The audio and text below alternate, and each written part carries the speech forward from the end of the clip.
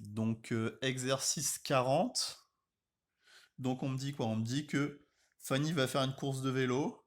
Donc, elle a un programme d'entraînement. Donc, sur 12 samedis. Donc, elle va s'entraîner 12 samedis d'affilée. Le premier samedi, elle parcourt 25 km, pardon. Et chaque samedi, elle va faire 11 km de plus que le samedi précédent. Donc, première question, le deuxième samedi, quelle est la distance parcourue? Bah, le premier samedi, elle a fait 25 km et chaque semaine, elle fait 11 km de plus. Donc la distance parcourue le deuxième samedi par Fanny, c'est 25 plus 11, ça fait 36 km. Donc le deuxième samedi, elle a parcouru 36 km. Donc on me demande la distance totale parcourue sur les 2 semaines, hein. Parcourue sur les 2 semaines.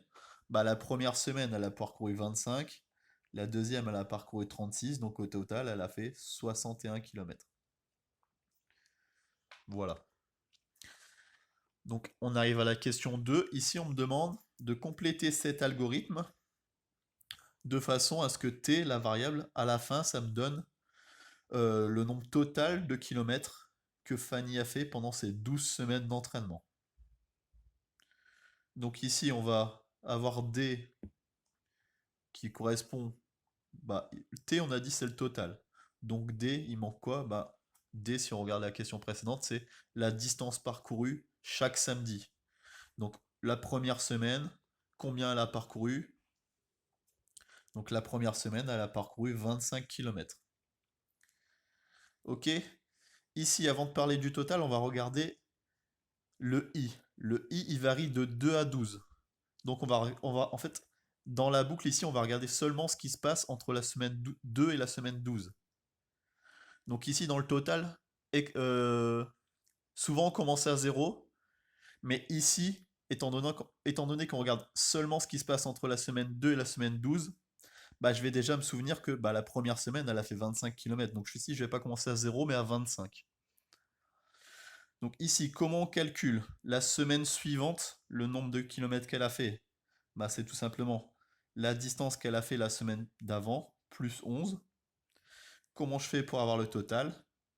Bah, le total précédent, plus la distance parcourue cette semaine-là.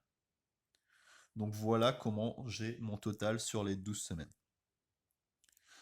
Ensuite, on me demande de programmer à nouveau une fonction, hein, donc sans argument, qui me permettrait d'avoir les 12 semaines, le total des 12 semaines. Donc en gros, on me demande de transformer cet algorithme-là en fonction.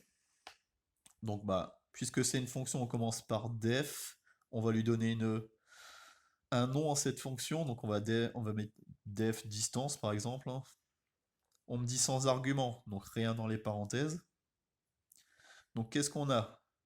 On a d égale 25 au départ, on a t égale 25 au départ. Donc for i in range. Donc ici je commence à 2, je m'arrête à 12. On sait que sur Python, il faut faire plus 1, donc range de 2 à 13. Et donc, bah, qu'est-ce qui se passe dans la boucle? D égale d plus 11 et t égale t plus d. Et à la fin, je veux retourner le total, donc return t. Voilà, ah, j'ai oublié les 2 points à chaque fois. Voilà.